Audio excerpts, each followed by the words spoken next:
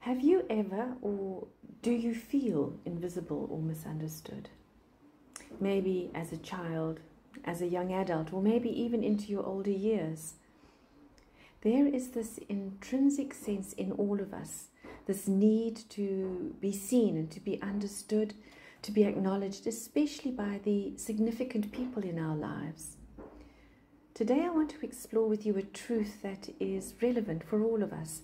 And this is a story in Genesis chapter 16. It's about a mother, a woman, who feels invisible and misunderstood. So perhaps just pause the video for a little while and read Genesis chapter 16 verses 1 to 11 and 13 to 15, and I'll see you shortly. In this story we meet a mother, Hagar. She's an immigrant from Egypt and has no sense of belonging. She's running away from a household where her body has been used to produce offspring for an infertile couple. As with many women like Hagar in those days, Hagar is mistreated. She is trapped in a system where she feels as though she's invisible. She has no rights, no dignity, no freedom, no choice, and she's had enough. It's very hard to be a nobody with no name. And Abraham and Sarah refer to her as the maid or the Egyptian. And they probably don't really see Hagar as a person. She was just there to serve a purpose. It would seem to me, though, that Hagar doesn't know what she wants. She knows what she doesn't want. She doesn't want to be treated as a non-person, as an invisible person. And she's run into the desert. She's alone. She's pregnant. She doesn't know where she's going, how she's going to survive. She just wanted to leave the situation. She doesn't realize what her greatest need is until she meets the God who meets that need. Being truly seen and understood can create a powerful emotional bond, especially when accompanied by feelings of intense love and significance. It's a beautiful thing to feel deeply valued and appreciated by someone else. I wonder what name you would give God if you had the chance to name him. The God who loves, the God who comforts, the God who guides, the God who forgives, the God of second chance. Whatever you choose would actually say as much about your need as it would about the character of God, because it is through our need that we experience God in our deepest way. Hagar, who might have felt insignificant and misunderstood, is actually a very significant person. She has the longest conversation of any woman and almost of any man in the whole of the Old Testament with God. Hagar, the Egyptian maid, is the only person in the Bible who gives God a name. Up to this point, God gave himself names. He introduced himself to the children of Israel as Elohim, the Creator, Yahweh, I am who I am, and El Shaddai, the Almighty. And in verse 13, Hagar names him El Roi, the God who sees. These are vast, majestic names of God, but Hagar needs more than a vast and majestic God. She's probably heard about God, but doesn't know him. What she needs is an intimate, personal God, and she meets that God. And she declares, I have now seen the God who sees me. So I've thought for a long time about what that statement is and why it is so important. Because what difference does it make in my life to know that there is a God who sees me? What difference does that make as a mom, as a dad, as a man, as a woman, as a young person? Why do we need to be seen? Well, it makes all the difference in the world, because to be seen is to be significant. In Psalm 139, God says, before I formed you, I saw you. My eyes saw your unformed body. God saw us before anyone else did. He envisaged us into being, and once he had envisaged us and created us, then he watches over what he's created, both humans and the beautiful planet which we are steadily destroying. I must tell you the story about our older daughter. She is an adventurous, free spirit, but as a child she used to get very homesick and was never able to spend a night at a friend. And at the age of 20, in 2024, she decided to be brave and travel to the UK with a friend and stay there and work for 2 years. Oh, my heart was heavy and I was so anxious for her, but I was excited because she left with this brave smile on her face. And I watched her go through the airport doors to the plane and up the stairs until I could no longer see her, and I thought, oh, I can't see you anymore. But there was a whisper in my spirit. It said, I see her. I see her. And incidentally, she did call me once or twice, or maybe a little bit more than that, to say she wanted to come home. Years later, our son decided that he was going to leave South Africa to go and teach in Taiwan, and my heart was broken. It was in mourning because I then didn't know when I was going to see him again because there was no timeline. Oh yes, we live in a technological age and this technology brings us close, but it's not the same. And as I watched him go through those airport doors to the plane and up the stairs with an ache in my throat, trying to hide the tears, I thought, oh, I can't see you anymore. I can't see you. And I again heard God say, I see him. I see him. To be seen is to be understood. Hagar knew that the biggest challenges she faced were brought on by other people's choices. Sarah, who gave her to Abraham, and Abraham, who didn't do too much except impregnate Hagar. She was nothing to them. But God met her in her distress. I know the deep anguish of your heart. His voice must have resonated with such a deep truth. And he wants Hagar to know that he knows her, and he wants to be known by her. To be seen is to be liberated. It's to be free. Finding freedom under God's gaze is about surrendering to a sense of purpose and living with integrity and purpose.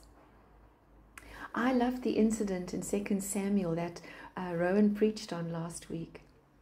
David had brought the ark home back to Jerusalem, and he danced for joy, for he knew God's pleasure, and he didn't care what people thought. There is a sense of fulfillment knowing that you are pleasing God by aligning your actions and intentions with God's will.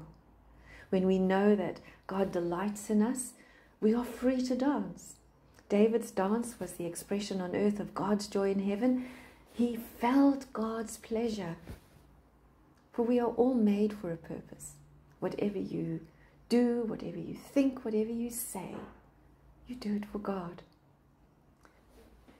The film, Chariots of Fire, is the true story about Eric Liddell, known as the Flying Scotsman. Apart from being an Olympic gold medalist, a rugby player, he was also the son of missionaries, and he himself was a missionary. But he said a famous quote, I believe God made me for a purpose, but he also made me fast, and when I run, I feel his pleasure. To be seen is to be strengthened. God gave Hagar courage to return to the home of Abraham and Sarah. He opened her eyes to see something that she didn't realize was there, which he always does. She discovered that what it was to be strongly supported by God. When no one else knows, when no one else cares, no one else sees, no one else helps, God sees. And to be seen is to be known. And just because you can't see God doesn't mean that he's not there. Just because you can't see him doing anything immediately doesn't mean that he's not doing something. And because we have stepped out of what is best for us, we get hurt and other people get hurt. But God provides the possibility of healing, even if it comes many, many years later, because God is constantly watching over us. And to be seen is to be loved, because God looks on us with love. He doesn't force us. The story of the rich young ruler who came to Jesus, wanting to know how he could experience the kingdom of God. Jesus said to him, "You love your money too much. It plays too important a part in your life. But your choices, give that all up and follow me." And the young ruler made his choice. He turned and he walked away, and Jesus looked on him and loved him. But he didn't force him to come back. Jesus saw the crowds. He wept over Jerusalem. He longed to gather Jerusalem like a hen gathers her chicks. He saw them, but they didn't come to him. And although Jesus was physically present, many people didn't see him. They didn't see him with the eyes that Hagar saw God. So what about seeing the God who sees us? What difference does all this make in our lives? It makes absolutely no difference unless you look back, unless you actually meet God and his gaze now in your life. The Bible tells us that one day every eye will see him. But what are we waiting for? What more does God have to do that he's already done? God has nothing else he can do, because God loved the world so much that he sent his Son. And his Son has told us, anyone who has seen me has seen the Father. Jesus sees the person in the crowd who longs to be seen, who longs to be known. He only asks one thing of you and me. I see you, but look at me. Peter the disciple watched Jesus being arrested and taken away. And he follows at a distance, thinking that he couldn't be seen, but he still wanted to see Jesus. He just didn't want to stand out. And there comes a moment when he denied Jesus 3 times to the strangers who said, "Surely you are one of his disciples." And he replied, "Man, I don't know what you're talking about." And it was at that moment that Jesus has been taken from one trial to another, and he walks past Peter. And Luke tells us, just as Peter was denying Christ, the rooster crowed. Jesus turned and looked at Peter. Do you think that that look said, "Oh, Peter, I knew you would fail. You let me down, and I'm done with you"? Absolutely not. That look said, "Oh, Peter, I knew you would fail, but I love you. And more than that, Peter, I know you still love me. And I'm looking at you, and you've looked back at me." If Peter hadn't looked back, he wouldn't have seen that Jesus was looking at him. When Peter had failed, disappointed himself, denied Jesus, betrayed Jesus, and momentarily taken his eyes off Jesus, Jesus had never taken his eyes off Peter.